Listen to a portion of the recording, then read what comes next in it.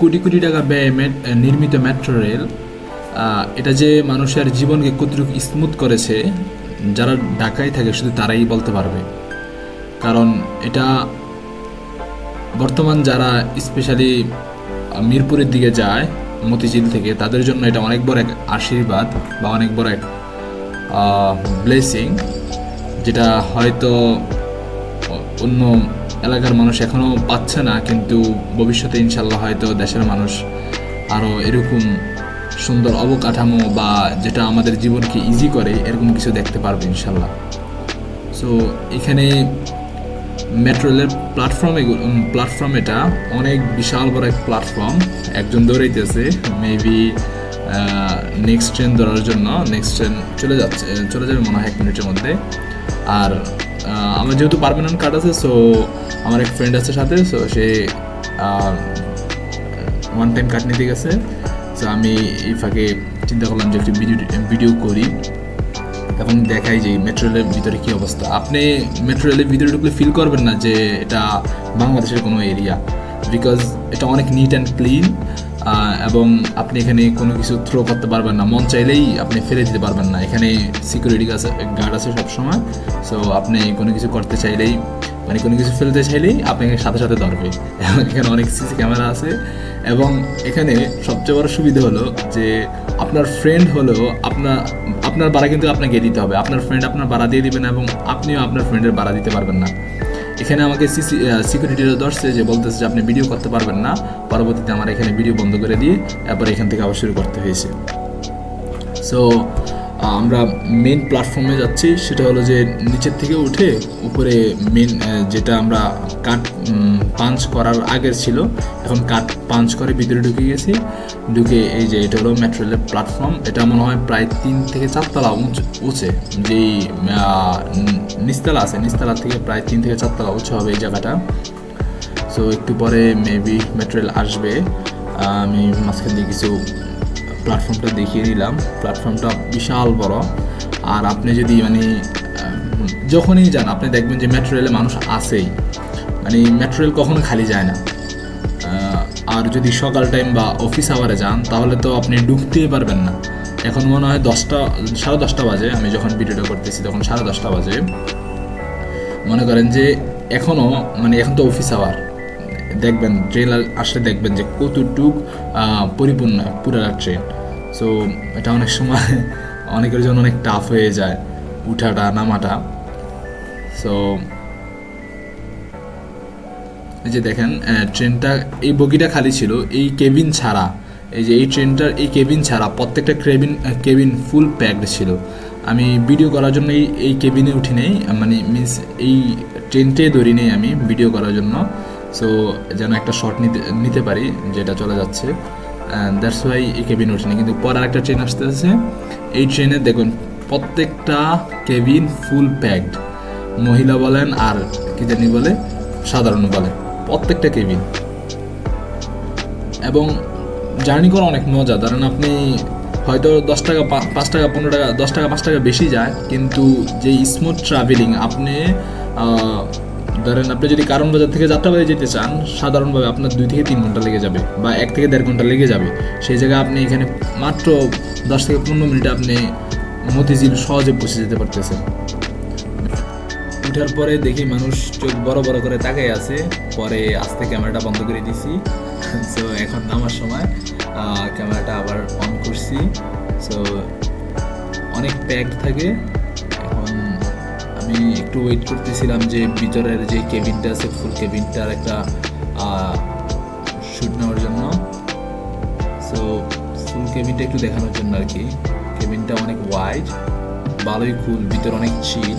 আপনি বাইরে যেই এত গরম আপনি কোনো ফিলে পাবেন না যে বাইরে এত গরম, ভিতরে অনেক কুল, এসি ছাড়া থাকে সবসময়। আর এখন আমি নেমে গেলাম, নেমে চিন্তা করলাম যে এসকেলেটর দিয়ে নামবো কিনা। পরে এটা দেখি উঠার এসকেলেটর, দেন ওইদিকে যেতে হবে, ওইদিকে মেবি নামার এসকেলেটরটা আছে। একবার চিন্তা করছিলাম যে সিঁড়ি দিয়ে নামবো। সো এই ফাঁকে আমাকে কয়েকজন বললো যে ভাই আপনার ইউটিউব চ্যানেল কি বা ফেসবুক পেজের নাম কি। আমি বলতে চাইনি কারণ আমার লজ্জা লাগতেছিল, যেহেতু নতুন নতুন করতেছি হয়তো করতে করতে অভ্যস্ত হয়ে যাব। পরে তাদেরকে বললাম, কিন্তু আমার তো এত বেশি সাবস্ক্রাইবারও নাই বা ফলোয়ারও নাই। এই যে বক্সটা দেখতে পারতেছেন সামনে, এটা হলো লিফট। এটা লিফটে করে নামতে পারে। এটা যারা বেশি অসুস্থ থাকে বা মুরব্বি টাইপের থাকে ওনাদের জন্য বেসিক্যালি এটা দেওয়া হয়, এবং মহিলাদের জন্য বেসিক্যালি এটা দেওয়া হয়। আর পুরুষদের জন্য তো সিঁড়ি আছে এবং এসকেলেটর আছে, দুইটা ওয়ে আছে। ও একটা দুনো পাশ দিয়ে নামা যায়, এবং এক দিক দিয়ে সিঁড়ি থাকে, এক দিক দিয়ে এসকেলেটর থাকে, উঠার এবং নামার দুনো পাশ দিয়ে উঠা এবং নামার এসকেলেটর এবং সিঁড়ি থাকে আর কি। মানে স্টেপসগুলো আর কি, স্টেয়ারকেস, যেটা দিয়ে আপনি পায়ে হেঁটে নামতে পারবেন। এখন আমরা চলে আসছি, বের হয়ে যাবো একটু পরে। এই যে বক্সগুলো, এগুলো মনে হয় কারেন্টের বক্স আর কি। এখানে অনেক কারেন্ট টানে এগুলো, কিন্তু এই যে এটা চলে পুরোটা কারেন্টে, কারেন্ট ছাড়া এটা চলে না। এটা উপরে লাইন পুরোটা কারেন্টে চলে, সো অনেক কারেন্ট টানে। মনে করেন যে এটা যে পরিমাণ একদিনে কারেন্ট টানে, এই পরিমাণ কারেন্ট দিয়ে হয়তো পুরো এক এলাকা একদিন 1 মাস চালান যাবে maybe. I am not sure about that, just বললাম আর কি। আর এসকেলেটর ভাই, এসকেলেটরে এই যে দেখেন আমাদের কিছু মানুষ দুই পাশে দাঁড়ায়, বুঝছেন। এসকেলেটরের নিয়ম হলো আপনি এক পাশে দাঁড়াবেন, আরেক পাশ খালি রাখবেন। আরেক পাশ কেন খালি রাখতে হয়?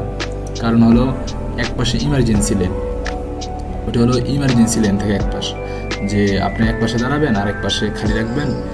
এখান দিয়ে অনেকের তাড়া থাকে, অনেক ব্যস্ত থাকে, সো সে যেন ওই লেন দিয়ে উঠতে পারে। সো এখানে দেখলাম যে নামার পরে অনেক ভিড়। এটা এই লম্বা লাইন, যারা পার্মানেন্ট কার্ড ইউজ করে তারা এই লম্বা লাইন, তারা এক সোয়াইপে বের হয়ে যায়। বাট মাঝে মাঝে যারা পার্মানেন্ট কার্ড ইউজ করে তাদের কোনো প্রবলেম হয় না, কিন্তু যারা ওই যে ওয়ান টাইম কার্ড কিনে ব্যবহার করে তাদের জন্য অনেক বড় প্রবলেম হয়। মাঝে মাঝে দেখা যায় যে পুরা মেশিন আটকে যায়। আর এদিকে মেবি কোনো কিছু কাজ চলতেছে, কোনো একটা প্রবলেম হয়েছে, মেবি এদিকে কোনো কিছু একটা প্রবলেম হয়েছে, এই কারণে এই জায়গাটা পুরোটা অফ করে রাখছে। আর আমি চিন্তা করতেছি যে আজকে মানে এদিক দিয়ে বের হওয়ার, কারণ হলো ওই দিক দিয়ে অনেক লম্বা লাইন, আর এদিক দিয়ে দেখা যাচ্ছে মানুষ একটু কম। মাঝে মাঝে আমিও মানে হারাই ফেলি, ভিতরে ঢুকলে মাঝে মাঝে হারাই ফেলি যে কোন গেট দিয়ে বের হবো, কারণ হলো সব সেম লাগে। সো আমি আগে ওইদিকে কিছু লেখা আছে যে বাংলাদেশ ব্যাংক বা কোন এরিয়া, সো আমি যেহেতু মতিঝিলে নামি তো বাংলাদেশ ব্যাংক এরিয়া দিয়ে নামি আর কি, কারণ আমার জন্য মতিঝিল থেকে টাওয়ারে যেতে ইজি হয়।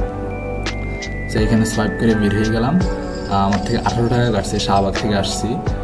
শাহবাগ থেকে ধরেন মতিঝিল আসতে সর্বোচ্চ 10 টাকা লাগে, বাট এখানে ডবল লাগছে, যেহেতু আপনাকে এসির বাতাস দিচ্ছে, এরপরে এত স্মুথ একটা রাইড দিছে, যেখানে আপনার শাহবাগ থেকে আসতে আপনি কি জানি কয় মৎস্য ভবন মোড়, এরপরে কি জানি মৎস্য ভবন মোড়, পল্টন মোড়, এরপরে জিপিও, এইগুলার জ্যামে আপনি 1 ঘন্টা 1.5 ঘন্টা বসে থাকতে হয়। আর এই জায়গাতে আপনি কত সহজে চলে আসতে পারতেছেন।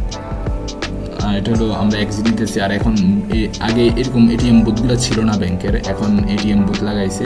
এটিএম বুথে টাকা ট্রান্সফার করা যায়, টাকা উঠানো যায়। আমরা বেরিয়ে যাচ্ছি, ওইটা মনে হয় ফায়ার ডোর বা কোনো একটা কিছু এরকম হবে।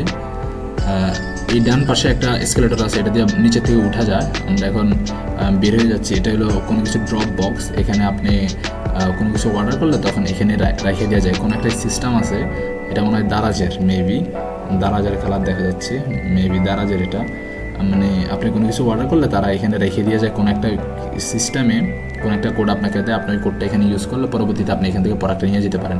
আমি শিওর জানি না, আপনাদের আইডিয়া থাকলে অবশ্যই কমেন্ট করে জানাবেন যে আপনারা কীভাবে রিসিভ করছেন বা কীভাবে এটা কাজ করে, কারণ আমি এটা কখনো ইউজ করিনি আর কি। আমরা একবারে শেষ পর্যায়ে চলে আসছি, একবারে মেট্রো রেলের যেই লাস্ট বলতে মেট্রো রেলের যেই মতিঝিল অংশের যে অংশ দিয়ে আমার বের হওয়ার কথা, আমি এই অংশ দিয়ে বের হয়ে যাচ্ছি। এবং এটা অনেক লম্বা, আপনি যদি মানে সিঁড়ি দিয়েও নামতে চান আপনার মানে দেখা যাবে যে 1 মিনিট লেগে যাবে, এত লং একটা স্টেয়ারকেস। এবং আমার সবচেয়ে বেশি লজ্জা লাগতেছিল, মানুষ আমার দিকে তাকায় রয়েছে, মানে পিছন দিয়ে সাইড দিয়ে মানুষ বারবার তাকাইতেছিল। সো এই কারণে অনেক লজ্জা লাগতেছিল, যেহেতু নতুন করতেছি। সো আমরা একবারে শেষ মুহূর্তে চলে আসছি। এখন এখান থেকে বাস নিতে হবে। এই বাসে যাইতে যে কষ্ট ভাই, যে জ্যাম, ঢাকার রাস্তা,